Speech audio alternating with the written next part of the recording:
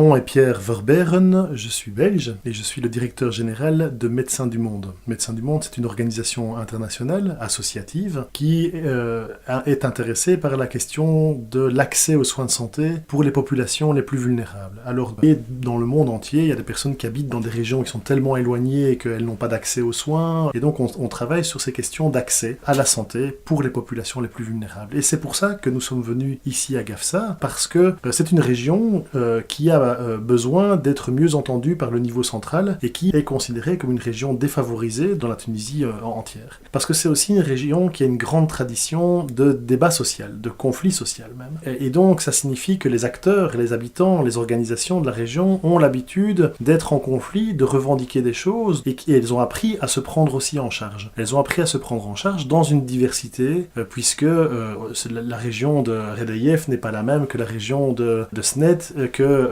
Gafsa n'est pas la même chose que Metlaoui. Et donc, on a dans cette région toute la richesse du conflit social, du combat social, du dialogue social, mais en même temps, il y a quelque chose qui est nécessaire pour que ça change, pour que les populations aient accès à vraiment des soins de santé de qualité, au même titre que ceux qui habitent le long de la côte ont la chance de bénéficier d'infrastructures beaucoup mieux équipées et aussi d'un nombre de médecins beaucoup plus grand et un nombre de soignants. Je trouve important de dire que le personnel de santé que nous avons rencontré ici, et ça fait 2 ans que nous rencontrons des gens, vous avez déjà accueilli un collègue, le docteur Jean-Paul Derck, eh bien le personnel de santé, que ce soit les sages-femmes, les aides-soignants, les infirmiers, les médecins généralistes ou spécialistes, sont des gens qui sont très compétents. Le problème, c'est qu'il n'est pas soutenu par des équipements de qualité, il n'est pas soutenu par du matériel concret, du matériel médical de qualité, et donc nous essayons de travailler à ce que les gens fonctionnent ensemble et qu'ils puissent revendiquer à l'égard du pouvoir central ou du pouvoir régional, ou de leur direction d'hôpital, ou même de la direction régionale de la santé,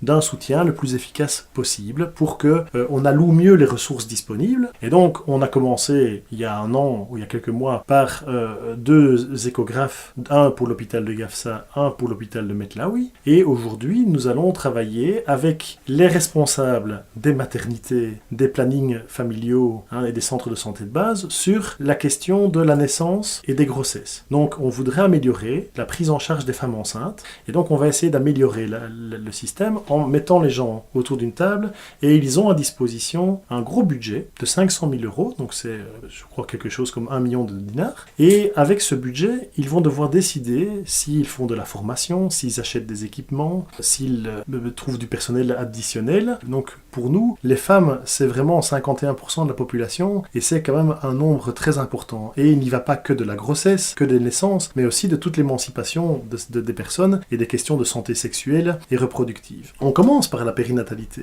et la santé sexuelle et reproductive. Mais par après, on va travailler, on commence déjà d'ailleurs, par une grande plateforme réunissant 35 associations et 35 institutions de la région pour réfléchir à la santé dans son ensemble sur la région de Gafsa. Et donc l'idée là est de définir ensemble quelles sont les priorités. Si la priorité du cancer est considéré comme vraiment l'élément primordial, si l'ensemble des partenaires, du gouvernorat aux directions des hôpitaux, en passant par la direction régionale de la santé, les syndicats médicaux, les syndicats des sages-femmes et des infirmiers, le personnel non médical, mais aussi les habitants à travers toutes les associations de la région, décident que c'est le problème du cancer qui doit être adressé en premier lieu, alors on travaillera sur le cancer. Nous allons réunir aujourd'hui 35 associations et 35 représentants des institutions de santé. 70 personnes qui vont créer un groupe de débat qui va débattre pendant 1 an pour définir la vision de la santé dans la région de Gafsa pour les 5 années à venir. Et sur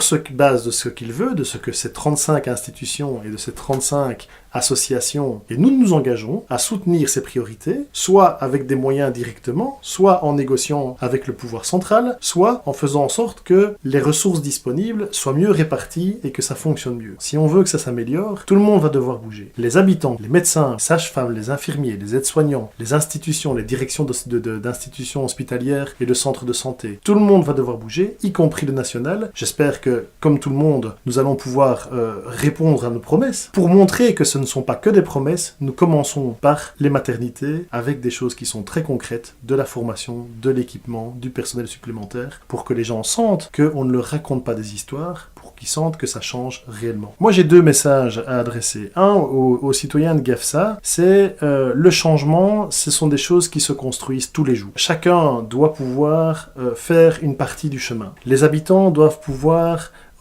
comprendre mieux le personnel de santé qui n'a pas suffisamment de moyens pour vraiment faire ce que l'habitant souhaiterait. Et donc, il faut qu'il y ait un respect qui s'installe. De la même manière, le personnel de santé doit comprendre que ce n'est pas en se taisant que les choses vont changer, il faut se mobiliser et il ne faut pas rester chez soi en attendant que les choses changent. Le personnel soignant est le cœur de l'amélioration des soins. Et l'autre message, c'est par rapport aux responsables politiques. Le changement, c'est beaucoup de travail et c'est beaucoup d'engagement. Et donc, quand on rentre dans un processus de changement, il faut que les responsables politiques travaillent, entendent ce qui se dit et fassent tout ce qu'ils peuvent pour que les décisions qui sont prises soient réellement mises en œuvre. Donc il faut passer d'un stade de la décision à un stade du fait.